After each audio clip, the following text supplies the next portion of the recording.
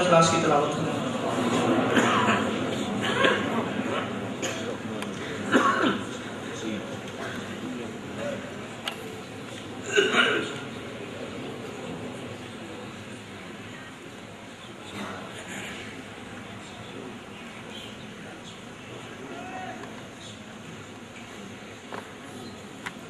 رائے خوشنودی چہار معصومین علیہ السلام بلندر صلوات۔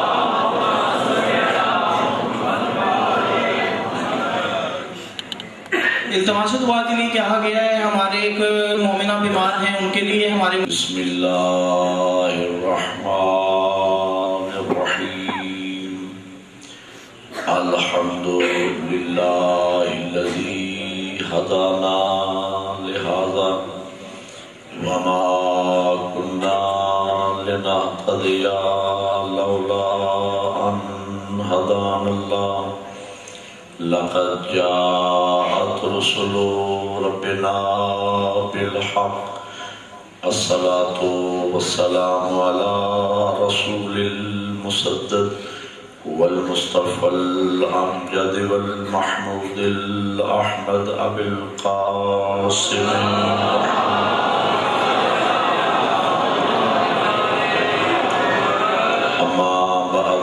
فقد قال الله تبارك وتعالى في كتابه الأعلى بسم الله الرحمن الرحيم إن الدين عند الله الإسلام صلى الله عليه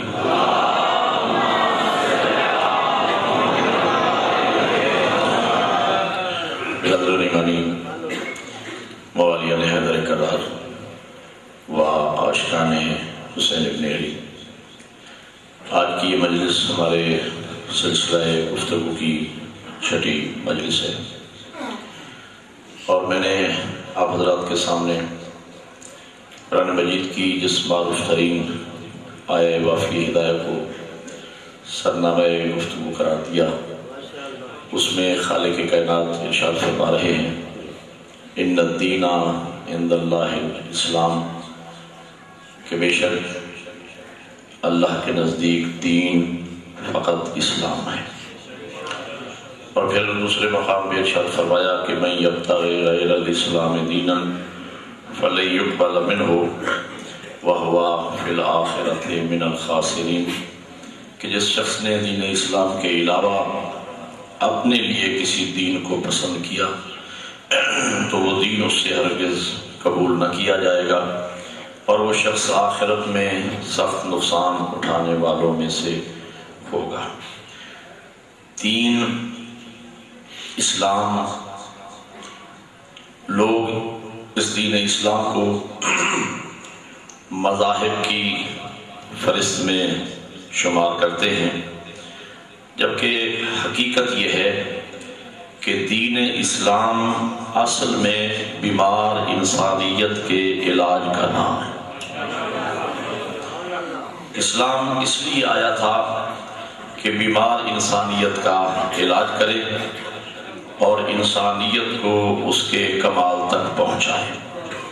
اسی لیے ہم کہتے ہیں کہ جو اسلام کے دشمن ہیں در حقیقت وہ انسانیت کے دشمن ہیں، اور جو اسلام کے رہنماؤں کے دشمن ہیں وہ بھی حقیقت میں انسانیت کے دشمن ہیں۔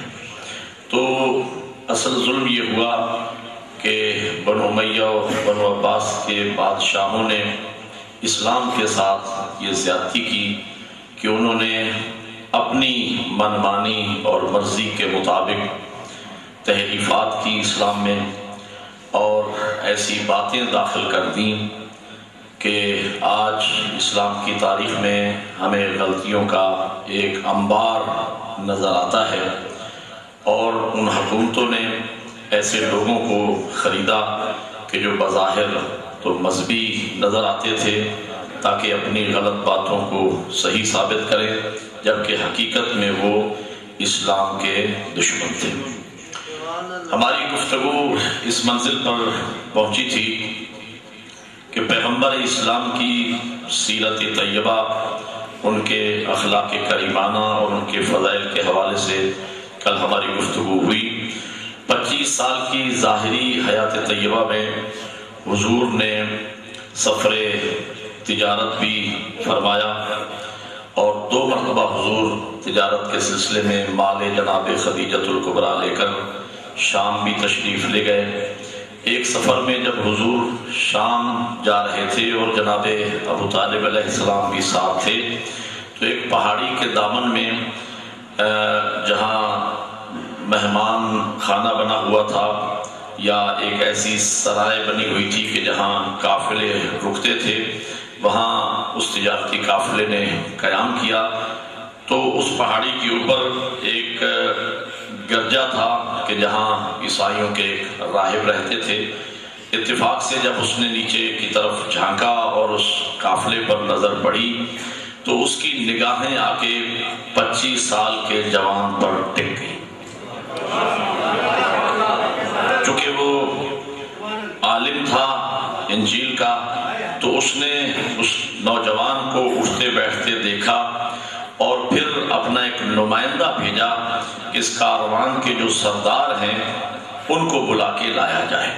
جناب ابو طالب تشریف لے گئے تو اس نے کہا کہ میں یہ چاہتا ہوں کہ آج رات کا کھانا پورے قافلے کا وہ میرے پاس ہونا چاہیے۔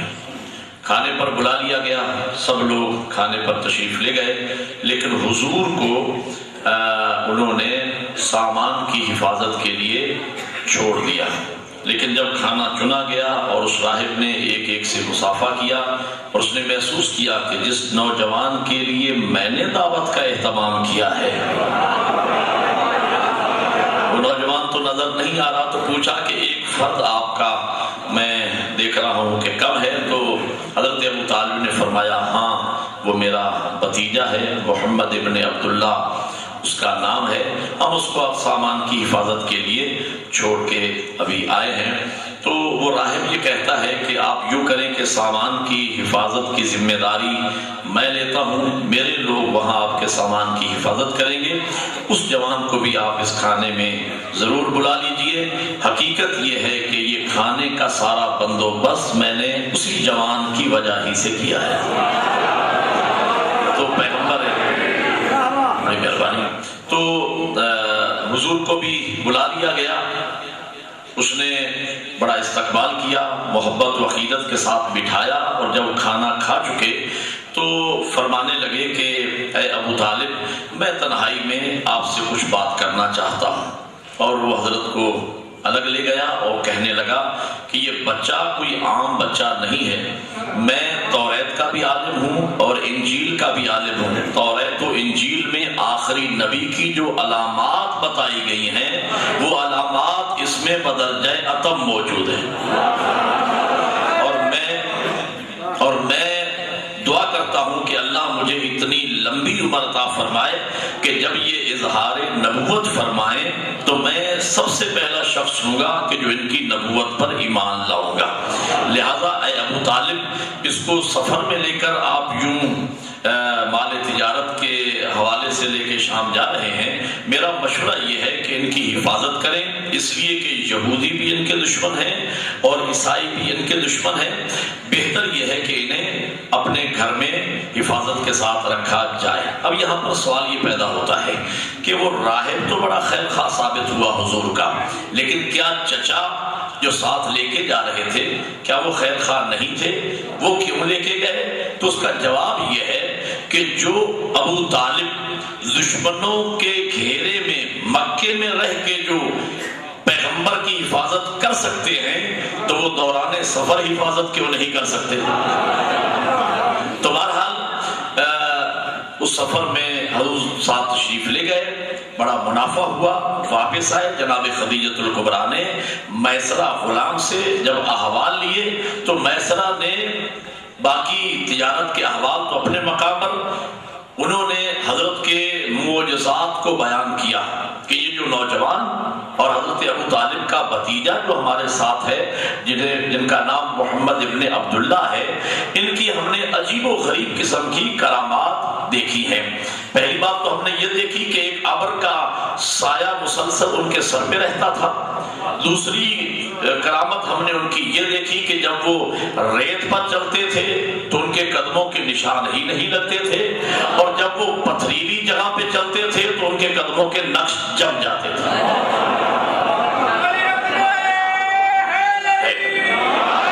اور جب ہم ایک صحرا میں پہنچے کہ جہاں پانی کا نام و نشان نہیں تھا اور ہمارے پاس پانی ختم ہو چکا تھا، اور ہم جب پریشان ہوئے شدت پیاس کی وجہ سے ہمارے جانور اور ہم سب لوگ، تو اس وقت اس نوجوان نے یہ کہا کہ پریشان ہونے کی ضرورت نہیں ہے، تھوڑی چند قدموں کے فاصلے پہ ہمیں لے گئے اور کہا کہ یہاں سے کنواں کھودا جائے۔ ابھی ہم نے کنواں تھوڑا کھودا ہی تھا کہ وہاں سے شہد کی طرح میٹھا پانی جاری ہوا، ہم سب لوگوں نے پانی پیا، اپنے ساتھ پانی بھر بھی لیا، اور جب چند قدم آگے بڑھے تو پھر میں نے گھوڑا دوڑایا کہ جا کے وہ چشمہ دیکھوں کہ وہ جاری ہے یا نہیں، لیکن تھوڑی دیر کے بعد جب میں نے ملاحظہ کیا تو نہ کہیں وہاں چشمہ تھا نہ چشمے کا نام و نشان۔ تو اس قسم کے معجزات جناب خدیجۃ الکبریٰ کے سامنے ان کے غلام میسرہ نے بیان کیے۔ دوسرے سفر شام کے بعد جب حضور واپس آئے تو اتفاق ایسا ہوا کہ ایک دن مکہ کی ایک گلی میں حضرت خدیجۃ الکبریٰ سلام اللہ علیہا کی ایک سہیلی کے جس کا نام نفیسہ ہے، اس سے حضرت کی اچانک ملاقات ہو گئی، آمنا سامنا ہو گیا۔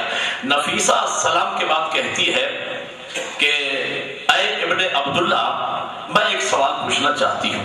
حضرت فرماتے ہیں پوچھو، کیا پوچھنا چاہتی ہو؟ وہ کہنے لگی کہ میں پوچھنا یہ چاہتی ہوں کہ آیا آپ شادی کرنا چاہتے ہیں یا شادی کرنے کا ارادہ نہیں رکھتے؟ تو حضرت نے ارشاد فرمایا کہ ایسی تو کوئی بات نہیں کہ میں شادی نہیں کروں گا، لیکن ابھی میرے حالات کچھ اس طرح کے ہیں کہ میں شادی اس وقت کرنے کے لیے آمادہ نہیں ہوں۔ نفیسہ یہ کہتی ہے کہ مجھے یہ بتائیں کہ اگر کوئی نیک شریف اعلیٰ خاندان میں سے اگر کوئی خاتون آپ سے شادی کرنا چاہے تو پھر آپ کا ارادہ کیا ہے؟ تو حضرت فرماتے ہیں کہ نفیسہ، اس سے آپ کی مراد کون ہے؟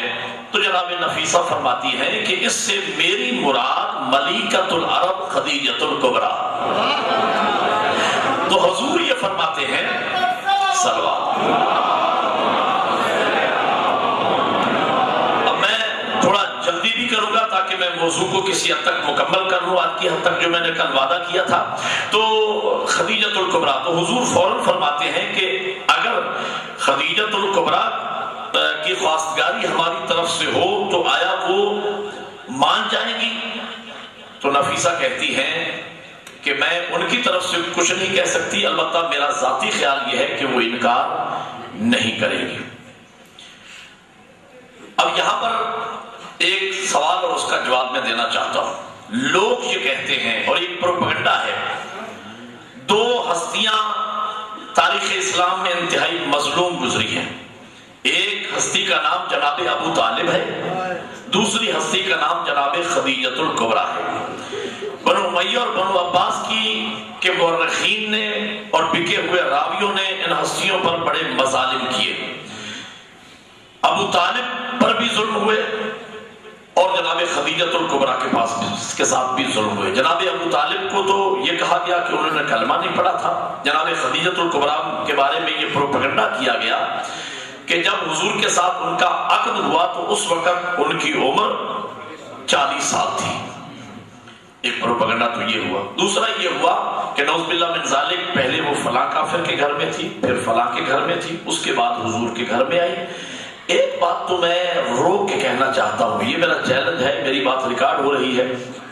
1,24,000 انبیاء میں سے کسی ایک نبی کی بھی دنیا پہلی بیوی بیوہ یا مطلقہ دکھا دے، میں مذہب چھوڑ دوں۔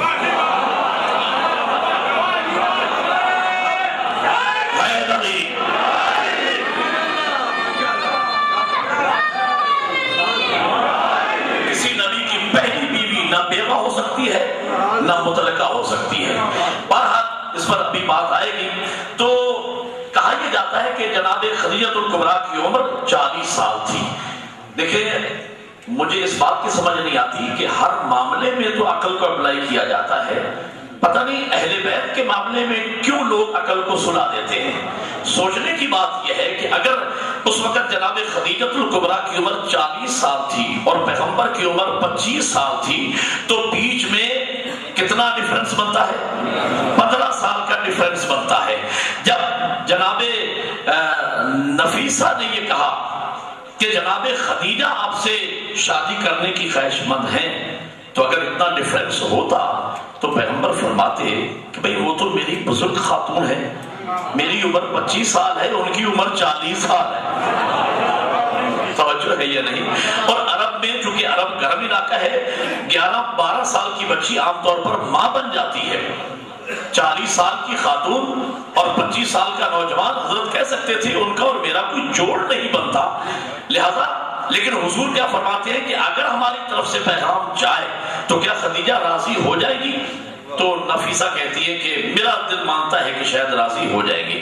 بہرحال گفتگو یہاں پہ ختم ہوئی، حضرت گھر تشریف لائے۔ رات کو حضرت نے اپنے چچا بزرگوار جناب ابو طالب علیہ السلام کو سارا احوال بتایا کہ آج میری گفتگو نفیسہ کے ساتھ، جناب خدیجہ کی سہیلی کے ساتھ یہ گفتگو ہوئی ہے۔ حضرت ابو طالب نے یہ گفتگو سنی اور خاموش ہو گئے۔ یہاں پر بھی پھر سوال پیدا ہوتا ہے کہ اگر جناب خدیجہ کی عمر 40 سال ہوتی فوراً جناب ابو طالب بولتے کہ بیٹا آپ کا اور خدیجہ کا جوڑ ہی کیا ہے، لیکن حضرت خاموش ہو گئے۔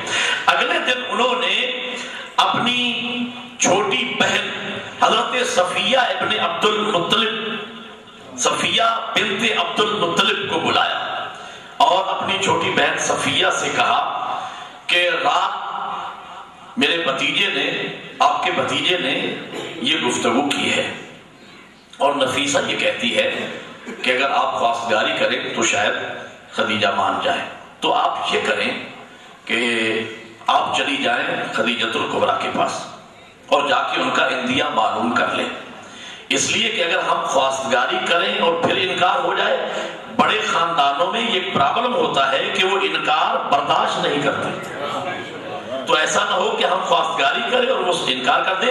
جاؤ اور جا کے جناب خدیجہ کی مرضی معلوم کر کے لاؤ۔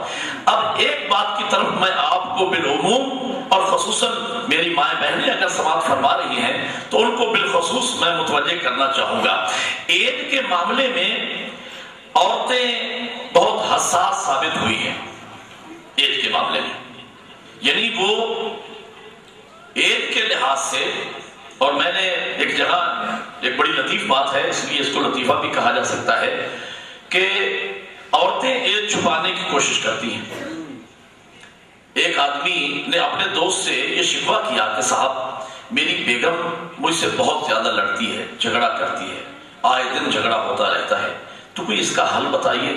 دوست نے کہا بھائی ہمارے ہاں بھی یہی پوزیشن تو تھی، جھگڑا تو بہت ہوتا تھا، لیکن پچھلے دنوں ایک میں نے جملہ کہہ دیا اپنی بیگم کو، اس کے بعد ہمارے گھر میں تو جھگڑا آج تک نہیں ہوا۔ اس نے کہا آپ نے کیا کہا؟ تو کہنے لگے کہا میں نے اور کچھ نہیں، جب بیگم مجھ سے لڑنے کے لیے آئیں تو میں نے صرف اتنا کہہ دیا کہ بیگم کوئی بات نہیں، بڑھاپے میں غصہ آ ہی جاتا ہے۔ وہ دن اور آج کا دن، اس کے بعد پھر میری بیگم نے مجھ پہ کبھی غصہ نہیں کیا ہے۔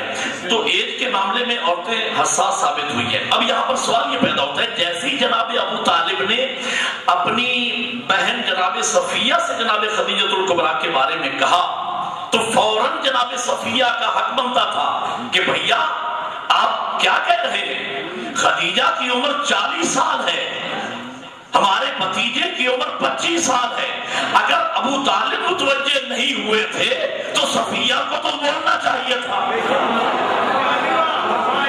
یعنی میری باتیں سمجھ آ رہی ہیں نہیں؟ یہ کامن سینس کی بات ہے۔ عورتیں چونکہ زیادہ حساس ہوتی ہیں کہ میرے بھتیجے جس کی عمر 25 سال ہے، 40 سال کی عورت کے ساتھ ہم اس کا عقد کریں گے، نکاح کریں گے، یہ بات کوئی بنتی نظر نہیں آتی، لیکن فوراً جناب صفیہ کا راضی ہو جانا اور ان کا اندیہ معلوم کرنے کے لیے خدیجۃ الکبریٰ کے پاس چلے جانا اس بات کی دلیل ہے کہ جناب صفیہ بھی جانتی تھی کہ بی بی کی عمر 40 سال نہیں ہے۔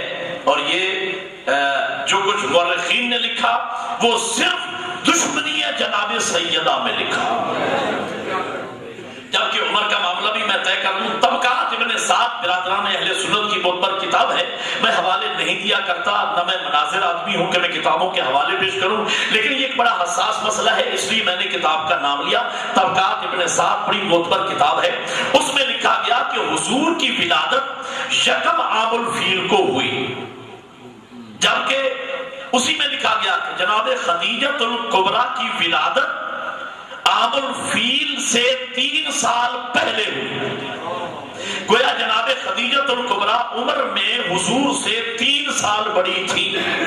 اگر پیغمبر کی عمر مبارک 25 سال تھی تو جناب خدیجت کی عمر مبارک 28 سال ہے، اور 25 اور 28 کا ڈیفرنس کوئی اتنا بڑا ڈیفرنس نہیں ہے کہ جسے زیر بحث لایا جائے۔ اور یہ ڈیفرنس بھی زیر بحث آ جاتا ہے کہ جب شادیاں خاندان میں ہوتی ہیں کہ جہاں بچے اکٹھے کھیلتے ہیں، اکٹھے رہتے ہیں، اکٹھے تعلیم حاصل کرتے ہیں، تو پتہ ہوتا ہے وہ 2 سال بڑا ہے، یہ 2 سال چھوٹا ہے۔ لیکن جب خاندان سے باہر شادی ہوتی ہے تو 2-3 سال کے ڈیفرنس کو کوئی ڈیفرنس سمجھا ہی نہیں جاتا۔ تو بہرحال تحقیق یہ ہے کہ جناب خدیجۃ الکبریٰ کی عمر مبارک بوقت نکاح 28 سال تھی اور پیغمبر کی عمر مبارک 25 سال تھی۔ تو جناب صفیہ خاتون تشریف لے گئی، اور جب انہوں نے پوچھا تو جناب خدیجہ نے فرمایا کہ زہ نصیب، اگر مجھے یہ خواستگاری ہوئی تو میں انکار نہیں کروں گی۔ جناب صفیہ نے آ کے جناب ابو طالب کو بتا دیا معاملہ۔ جناب ابو طالب حضرت خدیجۃ الکبریٰ کے خاندان کے جو بزرگ تھے، جو سردار تھے، جن کا نام ورقہ بن نوفل تھا، اس کے پاس تشریف لے گئے اور جا کے انہیں کہا کہ ہم یہ چاہتے ہیں کہ آپ کے خاندان کا یہ رشتہ ہمارے خاندان میں ہو جائے۔ انہوں نے کہا جی کہ میں چند دنوں کے بعد آپ کو اس کا جواب پیش کروں گا۔ انہوں نے اپنے خاندان کے قبیلے کے سرداروں کو خانہ کعبہ میں بلایا، ان کی میٹنگ کی، اور انہیں کہا کہ باری باری آپ ہمارے متعلق اپنے ویوز بیان کریں، اور خصوصاً جناب خدیجۃ الکبریٰ کے متعلق۔ ہر سردار آتا تھا اور آ کر تعریفیں کرتا تھا اس خاندان کی سخاوت کی، شجاعت کی، مہمان نوازی کی، شرافت کی، لیاقت کی، ہر بندے نے تعریف کی۔ اس کے بعد جناب ورقہ بن نوفل کھڑے ہوئے، جو کزن تھے جناب خدیجۃ الکبریٰ کے، اور وہ توریت کے بھی عالم تھے، انجیل کے بھی عالم تھے۔ انہوں نے ان سب لوگوں کا شکریہ ادا کیا اور ایک سوال کیا کہ مجھے بتائیں کہ ایسی عظیم الشان خاتون خدیجۃ الکبریٰ، آیا اس کو بغیر شادی کے رہ دینا چاہیے یا اس کی شادی ہونا چاہیے؟ تو آوازیں بلند ہوئی، نہیں، ان کی شادی ہونا چاہیے، اس لیے کہ عورت کی عظمتوں کی تکمیل اس وقت ہوتی ہے کہ جب وہ ماں بنے، لہذا ایسی خاتون بغیر شادی کے رہ جائے یہ ممکن نہیں ہے۔ تو اس کے بعد انہوں نے کہا کہ محمد ابن عبداللہ کی طرف سے خواستگاری آئی ہے، ہم ان کے ساتھ جناب خدیجہ کا عقد کرنا چاہتے ہیں۔ تو ہر طرف سے مبارکبادیاں آنا شروع ہو گئی۔ بہرحال شادی کی تاریخ طے ہو گئی، اور جناب ابو طالب نے پیغمبر کا نکاح پڑھایا، اور جب نکاح ہو رہا تھا تو آسمان سے غیبی آواز بھی آئی تھی کہ زوجت الطاہرۃ بالطاہر صادق والامین۔ جبرائیل نے آواز دی تھی کہ طاہرہ بی بی کی شادی طاہر و امین شخص کے ساتھ ہو رہی ہے۔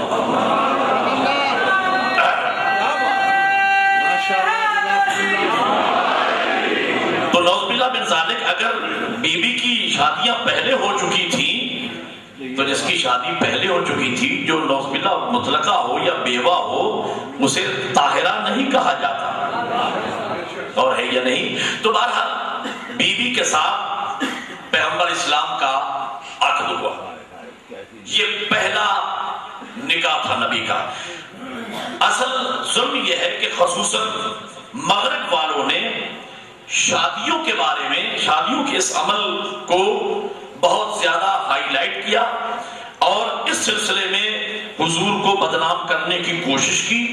اور آپ دیکھتے ہیں کہ چند سالوں سے ایک طوفان بدتمیزی ہے کہ جو غیر مسلموں کی طرف سے حضور کے بارے میں جو رویہ اختیار کیا گیا ہے، توہین آمیز خاکے چھاپے جا رہے ہیں، لیکن بدقسمتی یہ ہے کہ ان کو بھی یہ میٹر مسلمانوں ہی کے گھر سے ملا ہے۔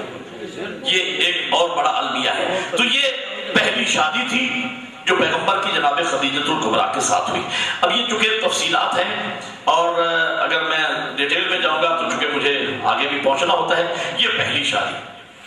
دوسری شادی دیکھیں، اگر حضور کو جیسا کہ لوگوں کا خیال ہے کہ شادیاں کرنے کا شوق ہوتا تو عام طور پر 14 سال کا بچہ عرب میں جوان ہو جاتا ہے، یا شرعی عمر ہی اگر لگا لی جائے 15 سال، تو 15 سال اور جب حضور کی شادی ہوئی 25 سال میں، تو 10 سال کا بیچ میں ڈیفرنس ہے۔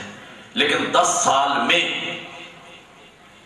دوست اور دشمن حضور کے کردار پہ انگلی نہیں اٹھا سکتا۔ توجہ ہے یا نہیں؟ ایسا پاکیزہ کردار اپنایا پیغمبر اسلام نے بچپن میں بھی کہ کوئی ان کے کردار پہ انگلی نہیں اٹھا سکتا۔ اور اس کے بعد آپ ذرا تفصیل سنیں گے تو آپ کو اندازہ ہوگا۔ جناب خدیجۃ الکبریٰ کی وفات کے بعد دوسری شادی حضرت سودا رضی اللہ تعالی عنہا سے پیغمبر اسلام نے کی، جن کی عمر 51 سال تھی۔ پیغمبر کی عمر بھی اس وقت 51 سال تھی اور حضرت سودا کی عمر بھی 51 سال تھی، اور حضرت نے یہ کہہ کر ان سے شادی کی، وہ ایک بیوہ خاتون تھی، اور اس لحاظ سے انہوں نے یہ کہہ کر شادی کی کہ چونکہ گھر کا نظام بغیر عورت کے نہیں چل سکتا، لہذا اس مجبوری سے میں یہ شادی کر رہا ہوں۔ اور اس کے بعد مدینہ میں جب تشریف لائے تو سن 2 ہجری میں حضرت عائشہ رضی اللہ تعالی عنہا سے حضور کا عقد ہوا۔ یہ تیسرا عقد تھا۔ اور اس کے بعد ایک چوتھا عقد ہوتا ہے جس بی بی کا نام زینب تھا، اور ان کی کنیت تھی یا ان کا لقب تھا ام المساکین، اس لیے کہ اس بی بی کی عمر جب شادی ہوئی حضور کے ساتھ عقد ہوا تو اس بی بی کی عمر 80 سال تھی۔ اب اندازہ لگائیں کہ 80 سال کی عورت حضور سے عقد کر رہی ہے، تو اس میں حضور کی تمنا شادی کرنے کی کا اظہار تو نہیں ہو رہا، اور اس نے شادی کی خواہش کیوں ظاہر کی؟ وہ آتی ہے حضور کے پاس، یا رسول اللہ میں 80 سال کی ایک بوڑھی عورت ہوں، شادی کرنے کا میرا کوئی مقصد اور نہیں ہے، صرف میں اتنا چاہتی ہوں کہ میں آپ کی زوجیت میں چلی جاؤں، میں چاہتی یہ ہوں کہ جب قیامت کے دن اٹھوں تو میرا شمار امہات المومنین میں ہو جائے۔ تو یہ ایک معصوم خواہش تھی کہ جس کو رحمت للعالمین نے قبول فرمایا اور اس کے ساتھ عقد کیا۔ وہ بڑی پیسے والی مالدار خاتون تھی، غرباء و مساکین میں دولت تقسیم کر دیا کرتی تھی، یہی وجہ ہے کہ ان کا لقب ہوا ام المساکین۔ اور یہی ہوا کہ چند ماہ گزرے کہ اس بی بی کا انتقال ہو گیا۔ اس کے بعد کتنے عقد ہو گئے؟ 4 عقد۔ 5واں عقد جناب پیغمبر اسلام نے حضرت ام سلمہ سے فرمایا۔ جنگ احد میں ابو سلمہ شہید ہو گئے جو ان کے شوہر تھے، اور وہ جوانی تھی ان کی، بیوہ ہو گئی، اور شوہر کا غم اس قدر انہوں نے اپنے دل کو لگا لیا کہ وہ بیمار رہنے لگی۔ کیونکہ ابو سلمہ حضور کے بڑے چہیتے صحابی تھے، اور لوگوں نے جا کے بتایا کہ ان کی جو بیوہ ہے ان کی حالت انتہائی غیر ہو رہی ہے، شوہر کے بعد وہ انتہائی پریشان حال ہے۔ تو پیغمبر نے ان کے ساتھ عقد فرمایا، اور جب حضور نے خواستگاری کی تو ام سلمہ نے عرض کی، یا رسول اللہ چونکہ میرے بچے بھی ہیں لہذا میں نہیں چاہتی کہ آپ کے لیے میرے بچے زحمت بنے۔ تو حضور نے جواب میں ارشاد فرمایا کہ نہیں، کوئی ایسی بات نہیں ہے، ان بچوں کا پالنے والا بھی میرا وہی خدا ہے جو ہمیں رزق دیتا ہے۔ لہذا حضرت نے ام سلمہ سے، اور یہ وہی ام سلمہ ہے جو واقعہ کربلا کے وقت بھی زندہ تھی، اور انہوں نے جناب خدیجۃ الکبریٰ کے بعد اور پیغمبر اسلام کے بعد حسنین سے اور رسول کی اولاد کے ساتھ وہ سلوک کیا کہ جو ایک ماں اپنے بچوں کے ساتھ کرتی ہے۔ یہ جناب ام سلمہ کا کردار۔ 6ٹھی شادی جو حضور نے کی جناب ام سلمہ کے بعد، وہ حضرت زینب بنت جحش، یہ حضور کی کزن تھی، یہ حضرت زید کی بیوی تھی۔ حضرت زید نے ان کو طلاق دے دی، اور چونکہ مشہور ہو گیا تھا کہ زید محمد کا بیٹا ہے، اس کے لیے بھی اللہ نے آیت نازل فرمائی، ما کان محمد ابا احد من رجالکم ولکن رسول اللہ و خاتم النبیین. اور دوسرا اللہ نے حکم دیا کہ میرے محبوب زید کی مطلقہ سے اس کی بیوی سے شادی کر کے بتاؤ کہ زید میرا بیٹا نہیں ہے، اس لیے کہ بیٹے کی مطلقہ یا بیوہ سے اس کا باپ شادی نہیں کر سکتا. اس نظریے کو رد کرنا تھا، لہذا اللہ نے حکم دیا اور زینب بنت جحش سے حضرت نے شادی فرمائی. یہ چھٹا. ساتواں جو عقد ہوا وہ حضرت ام حبیبہ کے ساتھ ہوا. آپ جانتے ہیں کہ حضرت ام حبیبہ ابو سفیان کی بیٹی تھی. اور دیکھیں ہم کردار کو سلام پیش کرتے ہیں.